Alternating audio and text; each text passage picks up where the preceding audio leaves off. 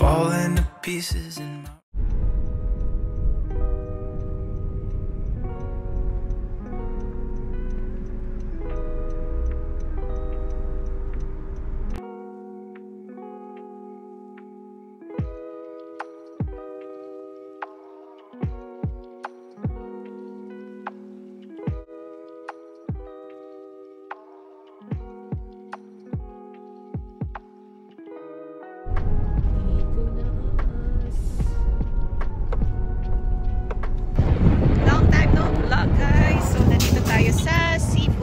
supermarket. Ayan guys, para siyang Asian market dito sa New Mexico. So ayan guys, nandito na tayo sa loob ng 999 supermarket and naghahanap na kami ng mga pwede naming mabili guys. So ayan.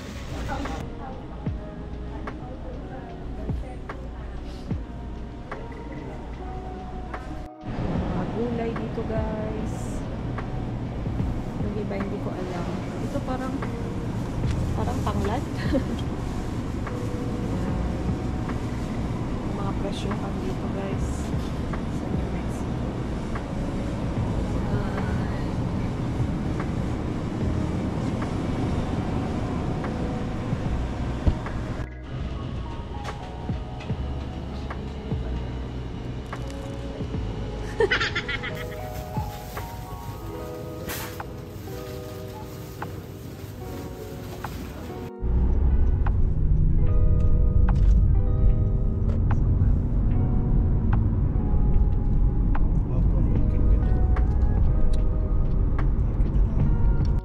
Walmart na naman kami guys. Iniwan lang namin yung mga pinamili namin sa 999 supermarket.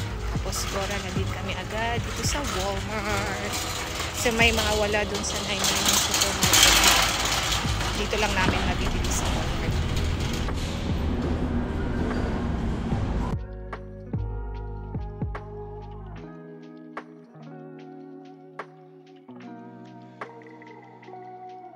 A few moments later. Tapos na kami guys. So back to apartment again.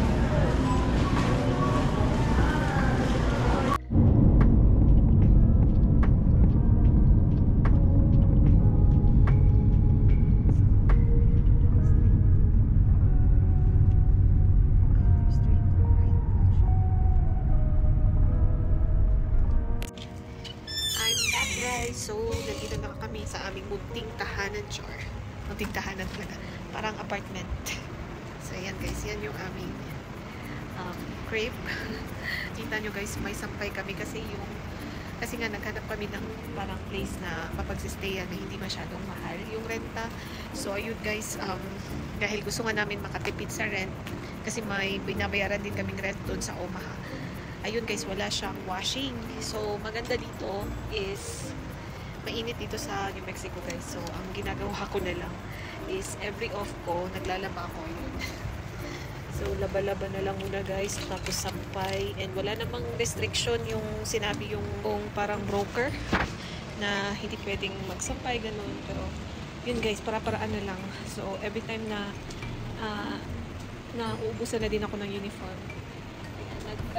naglalaba.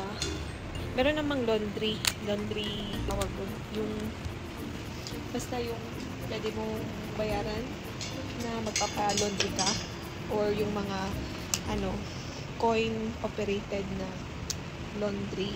Pero iba kasi namin kabisado yung lugar dito. Pero meron yatang mga 5 minutes away dito. So plano din namin na puntahan yun soon. Pero for now, laba-laba muna tayo. Hand wash muna guys. And di naman kami maano sa damit. Maaksaya kasi ang suot ko lang, yung suot lang naman namin is most of the time yung mga pangbahay tsaka yung pang work lang. So ayun, yung pambahay dinadalawang araw ko naman. So ayun, pasok na tayo guys. Papakita ko sa inyo yung itsura ng aming munting tahanan.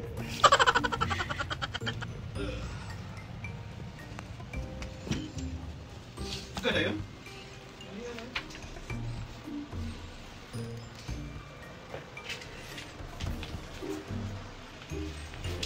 Hello Okay.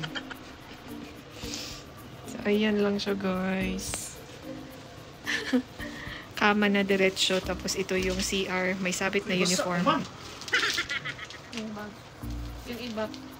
Yung mga panty. Yung mga panty. Basa pa. Ayan.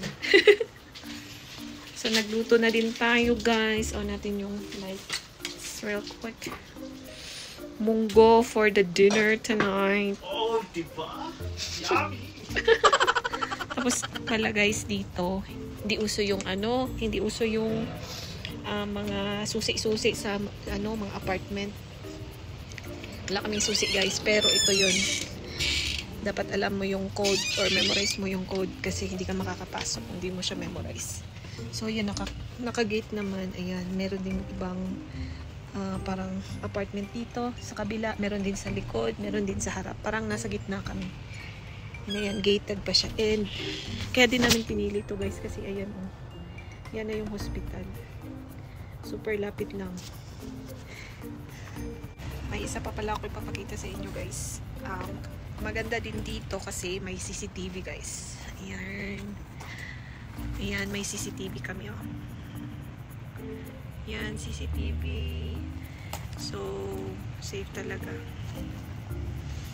Ayan, CCTV din dito, oh. Tapos dyan din sa may likod kasi may isa pang dyan, parang apartment. Ayan. Tapos, yung si Harvey, ayan, nandyan lang, guys. Ayan, nandyan lang siya. Makikita lang namin sa window dito sa my kitchen. So, ayun.